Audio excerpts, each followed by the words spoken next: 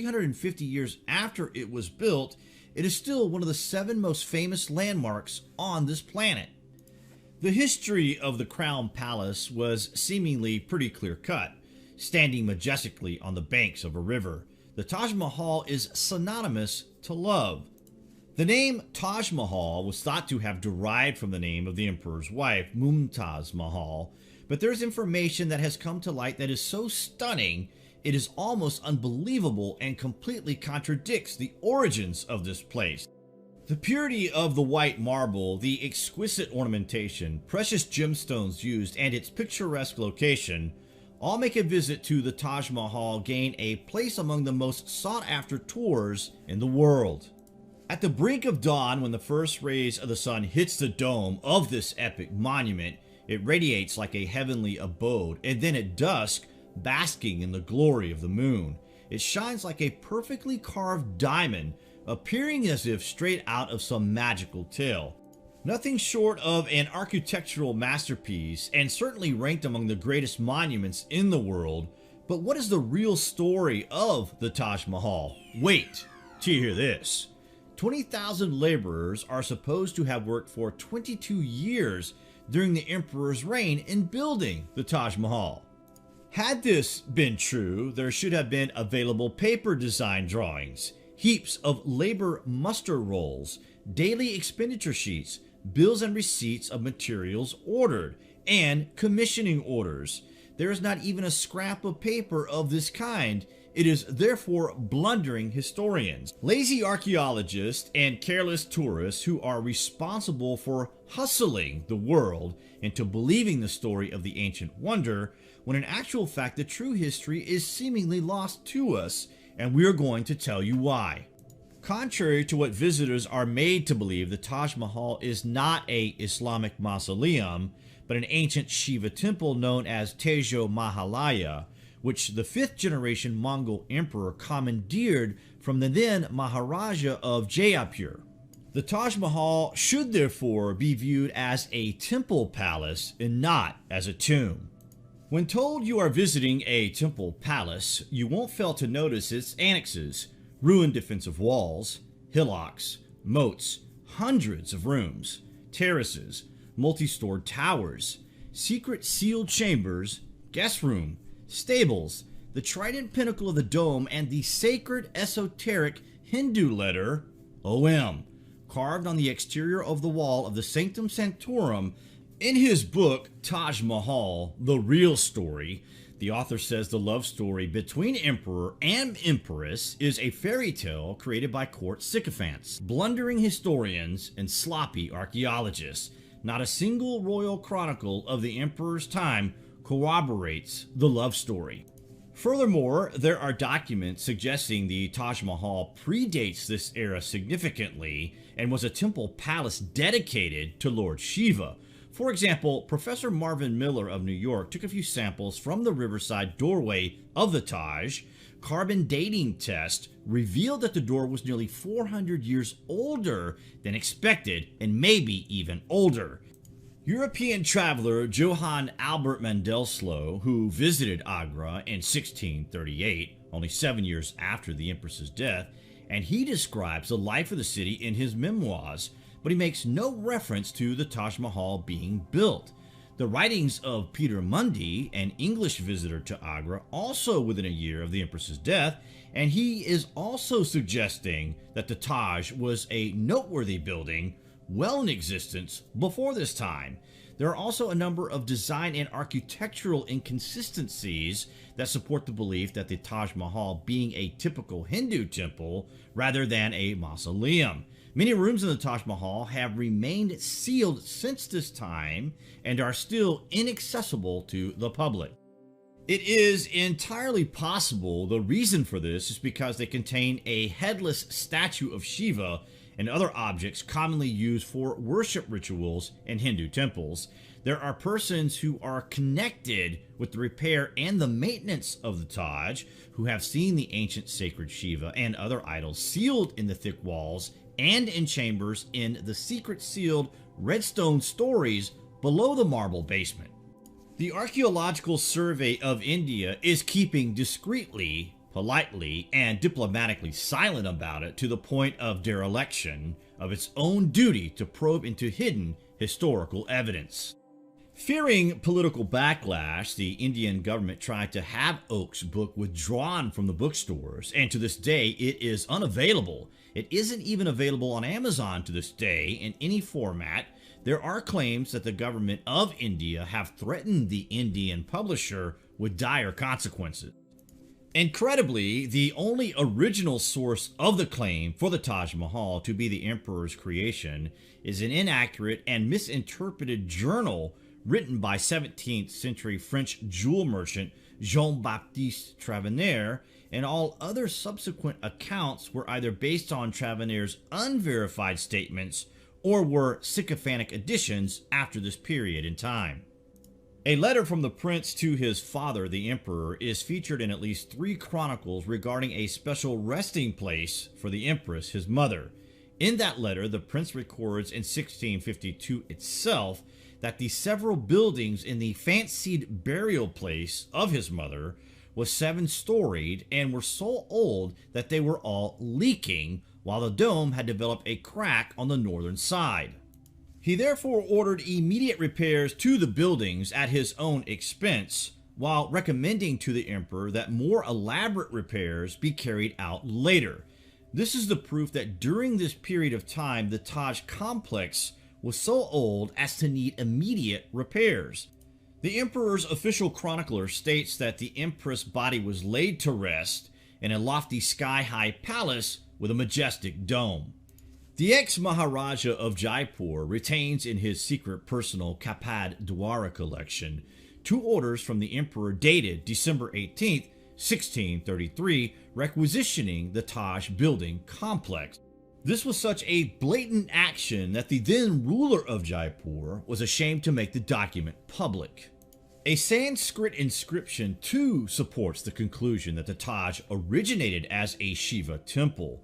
Wrongly termed as the Bhetshwar inscription, it refers to the raising of a crystal white Shiva temple so alluring that Lord Shiva, once enshrined in it, decided never to return to Mount Kailash, his usual abode.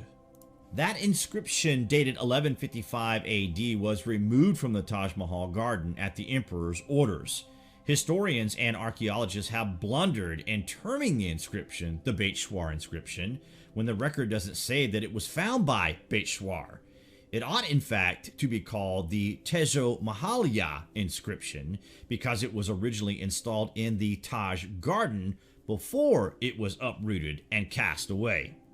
A clue to the tampering is found on pages 216 through 217, volume 4 of Archaeological Survey of India Reports, published 1874, stating that a great square black ballistic pillar which, with the base and capital of another pillar, now is the grounds of Agra. It is well known, once stood in the garden of the Taj. Further quotes from the journals of Tamerlan and Babur show that this palace predates the said construction period, and also points to the notable absence of any claim at all by the emperor himself for its construction. Tavernier's claim of having seen the beginning and end of the entire construction work being carried out during his time here is refuted by simply pointing out that the enormous discrepancies between the 3 periods during which Tavernier stayed here, between 1641 and 1663, and the period over which it is claimed to have been constructed, 1631 to 1653. It is also disputed that the latter part of the presumed construction period, as being implausible, as they coincide with the leader's incarceration. According to all accounts, what Tavernier saw was actually the work to convert it to a mausoleum and not the original construction itself, and advances convincing details on construction costs and labor requirements to support his theory. The Empress's real name was Arjuman Banu Begum, and she was conferred the honorific title Mumtaz ul Zamani by her father-in-law, but never Mumtaz Mahal, and it is contended that she acquired the addition Mahal posthumously by virtue of being entombed in the palace. and that on the contrary, it was not the monument which acquired her name, as later-day historians would have us believe. The term Mahal is exclusively used in India, is not of Arabic or Persian origin, therefore not of the Mughal period, and contends that it is instead of Sanskrit origin. One can easily identify Mahal as a contraction to the Sanskrit Mahalaya or Mahalaya, meaning grand residence, and when Taj or Taj, meaning a crown, is the qualifying adjective, the term takes on a whole new meaning. Grand residence of the crown or grand royal palace, Tejas, is also the Sanskrit term for resplendence, and Taj Mahalaya also means resplendent shrine. The latter contentions would seem to be born out of the immensity and opulence of the Taj Mahal and its environs, which are more consistent with the structure of a palace complex than that of a mausoleum. The Grand Palace no doubt has Hindu origins with a wealth of corroborative detail, from the trident of Lord Shiva present on its dome to specific details on its decor. The Taj Mahal has a trident pinnacle over the dome. A full scale of the trident pinnacle is inlaid in the red stone courtyard to the east of the Taj. The central shaft of the trident depicts a kalash holding 2 bent mango leaves and a coconut. This is a sacred Hindu motif.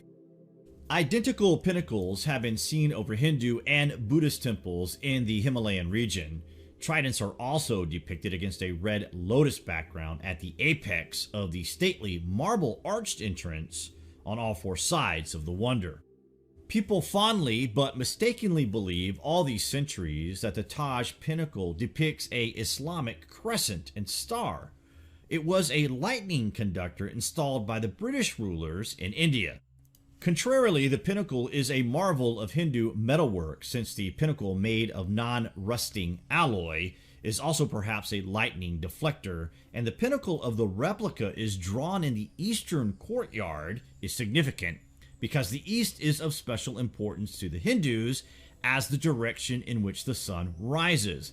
The pinnacle on the dome has the word Allah on it as inscribed after capture. However, the pinnacle figure on the ground does not have the word Allah. Radiocarbon dating was performed on some door samples taken from the Taj Mahal, and the conclusion to these tests determined that the monument predates the said construction in the 17th century by at least 3 centuries. Archimetric methods are indubitably a great value in determining the true ages of buildings like the Taj Mahal, and the fact of their inclusion considerably adds to the strength of the theory that this place is much older than we are being led to believe.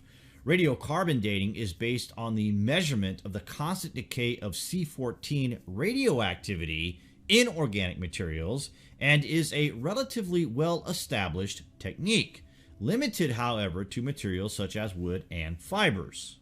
Thermoluminescence is another recent technique applicable, among others, to pottery shards, baked brick, and sediments, and is also fairly precise for dates up to the last 3,000 years, but its application requires careful sampling, which is not easily handled by the non-specialist. Other relevant absolute radioactive dating techniques are the relatively new optically stimulated luminescence method and uranium-thorium or potassium-argon dosage methods. Any or several of these techniques properly applied to the study of the Taj Mahal would unambiguously reveal her true age. It would indeed be in the interest of science, history, and posterity to have a complete study undertaken by competent scientists. The famous Shroud of Turin was believed to have been C14 dated to a medieval era fabrication, but it was later discovered that the portion that was studied was actually added later. Similarly, scientific dating is the only honest, truly objective means of determining when the Taj Mahal was first built, if and when alterations were carried out, and to what extent. This massive complex is also a rich archaeological treasure house that needs to be explored to better understand Indian history and to put all the various myths of whatever origin to rest. This has nothing to do with belittling the achievements of one community or another. For all we know, every one of the stories surrounding the Taj Mahal could be a myth and the truth be elsewhere. The enigmatic structure is scrawled over with 14 chapters of the Holy Quran, but nowhere is there even the slightest or the remotest allusion in that Islamic overriding to the emperor's authorship of the Taj. Had he been the builder and built this place out of love for his lost empress, he would have said so in so many words before beginning to quote from the Quran. Had the emperor really built the Taj Mahal as a wonder mausoleum, history would have recorded a specific date on which his beloved was ceremoniously buried in the Taj Mahal. No such date is ever mentioned. This important missing detail decisively exposes the fallacy of the Taj Mahal legend, and in fact, even the year of her death is unknown.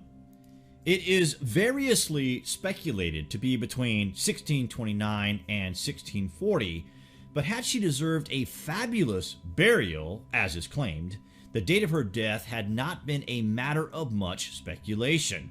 Apparently, the date of her death was so insignificant an event as not to merit any special notice. In fact, she was one of many wives of the emperor. The Prophet Muhammad has ordained that the burial spot of a Muslim person should be inconspicuous and must not be marked by even a single tombstone. In flagrant violation of this, the Taj Mahal has one grave in the basement and another in the first floor chamber, both ascribed to the empress. The two centiphs were in fact erected by the emperor to bury the two-tiered Shiva lingas that were consecrated in the Taj. It is customary for Hindus to install two Shiva lingas, one over the other, in 2 stories, as may be seen in other Hindu temples in the region. P.N. Oak stated that Taj Mahal should be viewed as a temple palace and not as a tomb. He even goes on to say that the empress is not even buried there. According to him, all the records of the Taj Mahal are just instruments to hide its true origin. To prove his claim, he even filed a petition in the court for permission to break open the centiphs and to tear down brick walls in the basement chambers to prove his case. However, his case was rejected by the court and his book outlawed.